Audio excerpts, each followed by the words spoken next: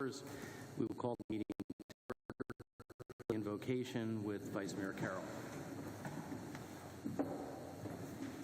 We're thankful for this town and its residents. We're grateful for all who work for the betterment of our community and all who serve on its behalf. Let those who work here and those who serve here be ever mindful of the town's vision and mission statement. Grant this council the wisdom to govern amid the conflicting interests and issues of our times, the ability to work together in harmony even when there is honest disagreement, a sense of the welfare and true needs of our people, personal peace in our lives, and joy in our task. Amen. Amen. If you will join us in the Pledge of Allegiance. I pledge allegiance to the flag of the United States of America and to the republic for which it stands, one nation, under God, indivisible, with liberty and justice for all. Thank you. If you can call the roll, please. Mayor Foley? Here. Vice Mayor Carroll? Here. Councilmember Atwater? Here. Councilmember Smith? Here. Councilmember Altieri? Here. Let the record show all members are present.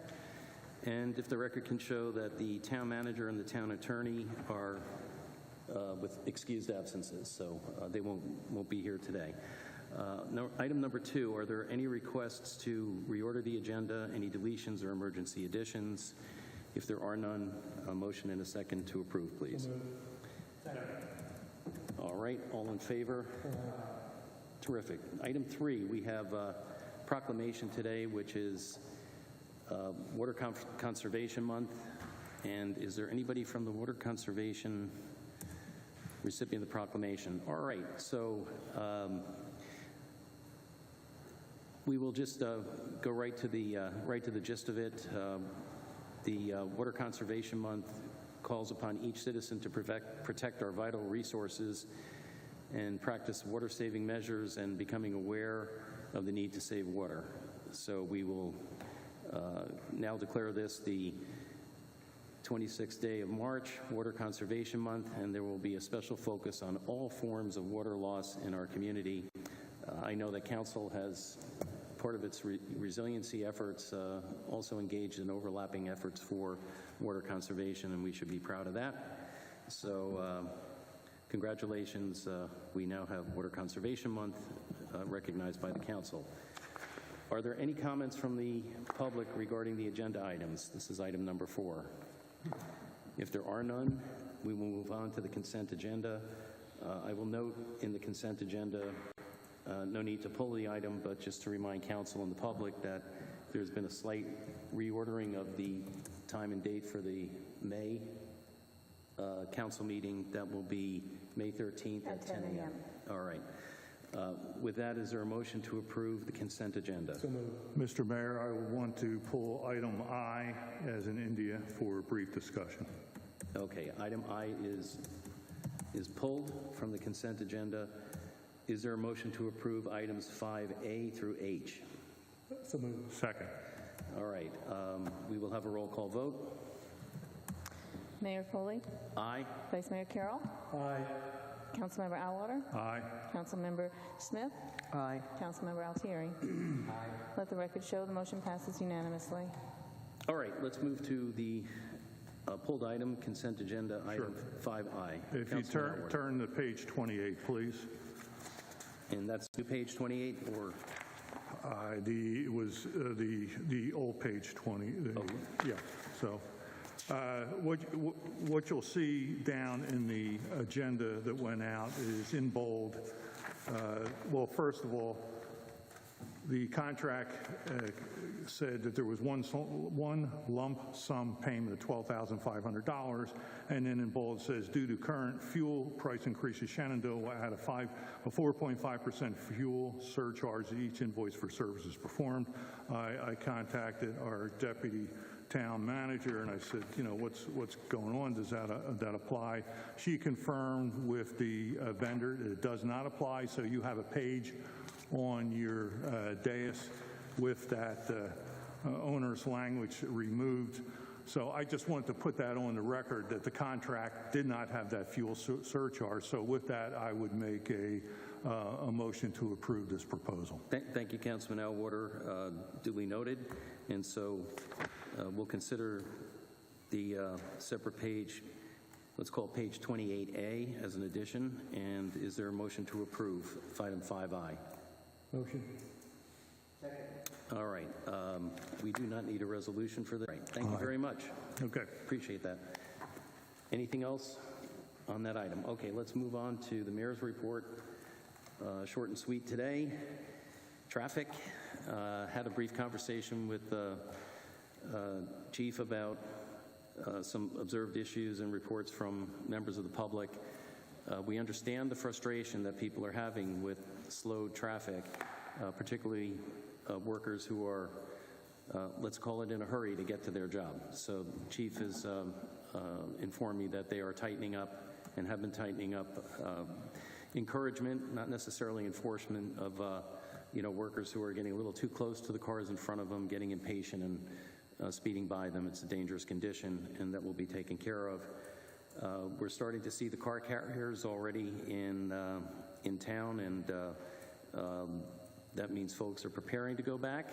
And while we hate to see our great residents leave, they are the lifeblood of our community. It should alleviate some of the traffic concerns that we're having and getting reported from members of the public.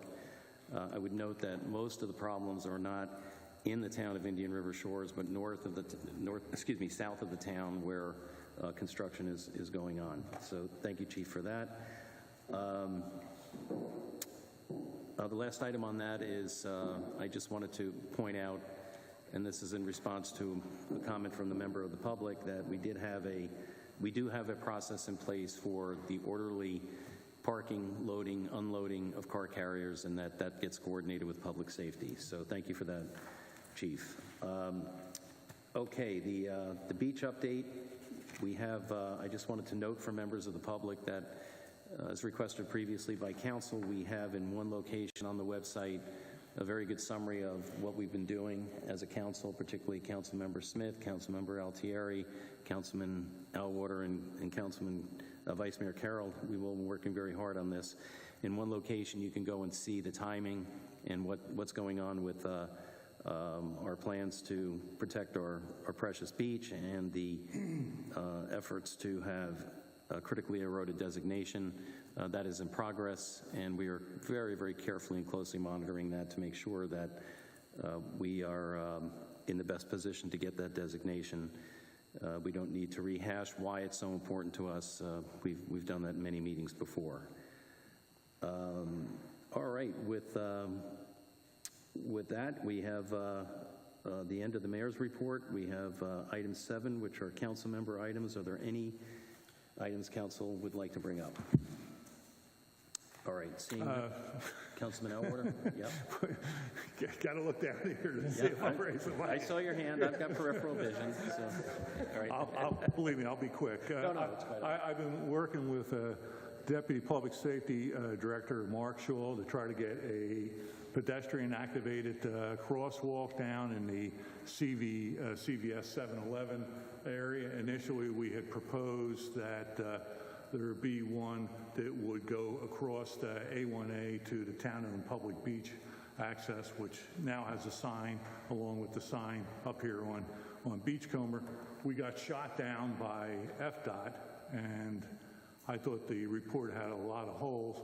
Mark, though, reached out to Chris Cares, who is a operations engineer from FDOT out of Fort Pierce. We previously had arranged a meeting between Mark and Chris and I where he came up and saw the chaos that takes place in that area. So Chris said he would go after this rejection and bring it up again. As a result of the conversation that Mark had with somebody at a higher level, it appears that we're going to get it. It's not a done deal yet, but was a good work on Mark and Mark's part, and hopefully we will get that, so we can avoid having somebody getting killed or injured. So that's it. All right. Well, great news on that, and thank you for bringing that up. Yeah, it's always ironic that sometimes we hear, well, wait till somebody gets seriously injured or dies before we think it's a critical effort. So thank you for following up on that. And I would never ignore you, Councilman Elwater. I've got great peripheral vision. I'm way down here on the end. I see that. All right. Thank you so much for that report. We have no items for discussion or possible or probable action under item 8. We have staff updates. Fred Held, due to a family issue, is not with us today. He's has an excused absence, so I'm happy to refer council and the members of the public to the report attached to the agenda. Absent any questions that can be directed to our Deputy Town Manager, Heather Christmas, we can move on to item B. Nothing on building statistics. Nothing on building. Okay, thank you. So, Town Treasurer report. Yes. Which hat are you wearing now? You're Deputy Town Manager, and you're also the Town Treasurer hat now. Okay. You've received my report for the month of February. Barring any questions on this report, I have a couple things to report. You have a draft copy of the financial statements in front of you. These are being presented to the Finance Committee on April 10th. And we will have the auditors here at the April meeting to do hopefully to do the final presentation. I am also right now in the process, we are right now in budget, so I am trying to get the draft budget completed, and so I will probably have a budget amendment at the April meeting as well. And Terrific. I have nothing else to report for finances. Terrific. Are there any questions for the Town Treasurer? Okay, change hats and go back to Deputy Town Manager, and now we'll move on to Public Safety Department Chief.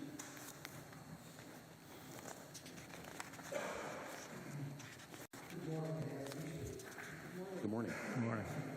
Just to bring you up on several things we've got going on. Of course, our last meeting, I was not here. We were up in St. Augustine, receiving our law enforcement accreditation, which is good for the 3 years. Because we had been accredited so many times, we went up to the next level of accreditation, which is known as the Excelsior level. Thanks to Kim and all the other staff that's over there. Good job on that. No findings, no problems with the accreditation team when they came through, so that's very good for us. We have had a serious spike in fraud cases occurring throughout the community. 3 gentlemen working part-time working in the detectives bureau right now, and they are all just covered up, trying to track down some of these cases and where they're originating from. And we have had a couple of arrests taking place from people coming into the community and taking advantage of some of our folks. So our detective bureau is doing a great job of following up on those and making arrests in the state's attorney's office. We are very close to being up to full staff, which has not occurred in a long time, or certainly since my tenure here, and not only with full-time staff, but also the quality of the per diem employees that we're starting to attract now has been great. We just have to send them through a basic 14-shift FTO, field training officer evaluation, and then they're ready to hit the streets. So we're very happy with the quality of the current hires that we've got and the per diems that we've got that we're attracting to the department. Pretty bad, we can't reach around right anymore.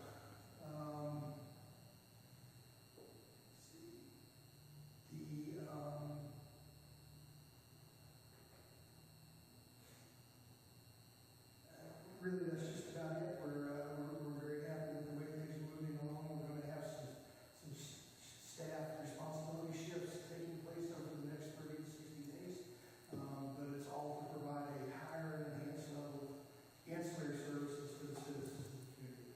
And those will be taking place for sure. So we'll keep up to speed on those. I'd be happy to answer any questions that you may have. Any questions for the chief? No, sir. I started to my left this time. So. What was funny was the side eye. I just have one observation. It's not exactly a question, but I noticed in your report, response times were down in January, February, which is commendable. You know, normally there seems to be a delay. Is there any administrative reason for that? And also some interactions with the public, depending upon which branch of the service, are also down. Well, part of it is we're trying to instill in everybody, including myself and everybody that's on the department, that we call it the slot time, that time from when we receive the call until we arrive on scene. We're trying to decrease that as much as we possibly can. So getting out the door within a minute, especially for the fire and industry activity, is very important to us. And we're starting to achieve that, and that's where you're starting to see those response times starting to drop down. We're not held up trying to get everything put together and get out the door. Everything's ready to go at all times now.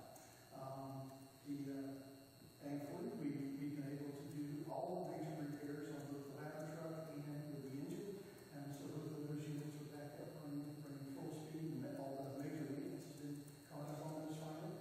And that also helps too. We don't have to wait for air pressures to build up in these types of things for the scale. Great. Terrific. Anything else for the chief? No? All right, thank you. Public Works Department, Larry Bryant. Good morning, Council. Just real quick, Joe there, we're getting some budget items taken care of for the Pebble Bay project south there.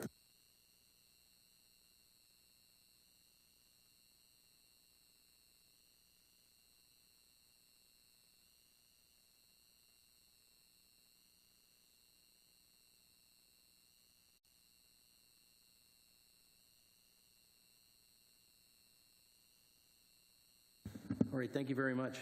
Is there anything for Mr. Bryant on Public Works? All right, let's move on to Code Enforcement. Sergeant Mike Kranz is out in the field today, I understand, and so we will refer to his comprehensive report under item 9E, unless there are any additional questions. I do have one update on one. Okay, understood. All right, thank you very much. Anything else? All right, Town Attorney report. There is none given the excused absence. Town Manager report, we will go to Heather on that. If you have some items you'd like to bring to our attention. I only have one item. I just want to report that the county had their first public meeting regarding the trash RFP that was held on March 20th. The slides that were presented at that meeting are on the town's website for residents who would like to view it. And the next currently scheduled public meeting is going to be on April 24th. A time has not been determined as of yet.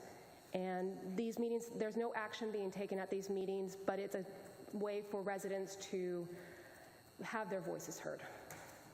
Terrific. Thank you very much. Right, and on these no action meetings, they're available on the website of the county. We can watch them and see how it's going. I personally, I can't discern any direction one way or another when I see them, but at least they're informative to see what's on the minds of the bidders and the biddees. Okay, so council committee reports. We will start from left to right. Mr. Alwater. I have nothing in terms of a recent report. I'll just give you folks a little bit of a heads up. There's a Utilities Commission meeting next Tuesday. I put an item on the agenda regarding getting a cybersecurity update. As I know you recall, Iranian hackers were able to hack into the city of Vero Beach's water utility system, and frankly, at the time that this was discussed, where during that meeting, I was just mentioning that Iranian hackers had hacked into some other systems that was then revealed that Vero Beach had got hit as well. I thought it was very, I'll be nice and say either a nonchalant or a lackadaisical attitude from the utilities director. So at the meeting on Tuesday, I'm going to point out to them and really to hopefully City Council who is in that meeting, that there are obligations under the Local Cybersecurity Act that we discussed in our closed-door meeting. I'm going to mention again that there's a free scanning tool from the Department of Homeland Security. I'm going to ask if they did anything in terms of doing that.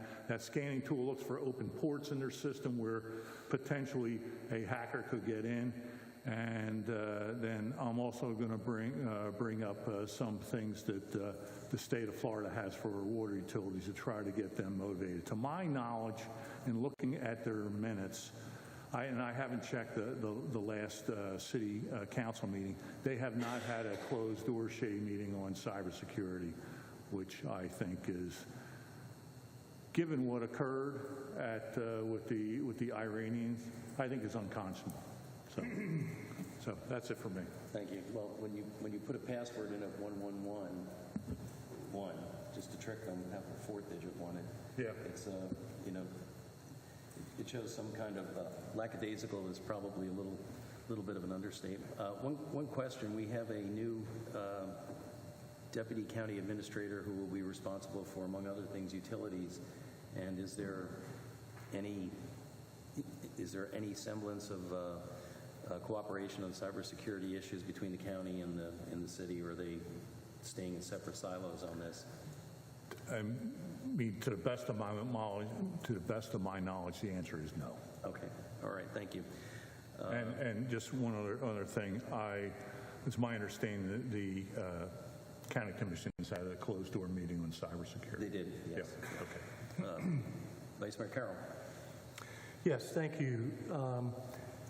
On the 15th of March, I attended a joint meeting of the Treasure Coast and South Florida Regional Planning Councils in West Palm Beach, an all-day meeting, which I found very interesting and very informative. The three main topics of conversation of discussion were transportation, including Tri-Rail, homeowners insurance, and then finally a recap of the most recent Florida legislative session. With regard to the last of the three, there was a specific question. There were several questions about Form 6, which we are now required to complete in lieu of Form 1. And the person making the presentation said that notwithstanding the lawsuit which has been filed, he said the best we could hope for would be a delay in filing from, I think it's the 1st of July to later on in the fall. That would be best case. So word to council, be prepared to complete Form 6. That concludes my comments, and I'll leave the handouts with Janice. You can make them available for any council member who would like to see them. Thank you. Thank you, Vice Mayor Carroll. Two items to report. Treasure Coast Regional League of Cities had their, let's call it, quarterly meeting and lunch. I will leave the materials with our town clerk as well. Items of note, legislative updates, the report from past president of the Florida League of Cities noted a sigh of relief that what we call the bracket bill died. Again, the larger cities have utilities that are money makers, in my opinion, to the detriment of their citizens and citizens of other municipalities that buy the services from them. My understanding is that this will be taken up again in the next legislative session, so we will follow that carefully at the next legislative session. Other items of note, basically a lot of bills just seem to fizzle at the end of the legislative session. I don't think there's anything to read into it other than the fact that the legislative priorities of the governor's office somewhat got reordered when the session was kind of halfway through and midway, and there were some fairly significant bills that were signed into law, namely social media bill and things we've read about in the paper. So I continue to note that while I think it's a valuable organization for the town to be a member of, we certainly have divergent interests than many of the municipalities and the Treasure Coast Regional League of Cities at large. So I continue to make friends and influence people at Treasure Coast Regional League of Cities, but we have to do what is in the best interest of our constituents. The next item was the Senior Resource Association visit. As mentioned at the prior council meeting, we did a resolution in favor. I did a ride-along for the Meals on Wheels program, which I know Councilmember Smith and others have done. Really an eye-opening reinforcement of how important the organization is, and I think these people deserve our commendation every year. And it's not the only thing that they do, but the numbers are quite staggering for people who really need the service, and it transcends any economic level. And the thing that was apparent to me, and you may have found the same thing, is that it's not all age-driven too, because there are some folks well into their 80s that are very capable of taking care of themselves, and some folks in their 60s that if they don't have access to this, they don't have a meal. I would encourage all members of our community to look carefully at the Senior Resource Association and its programs, and to do what they can to support it. And that concludes my report.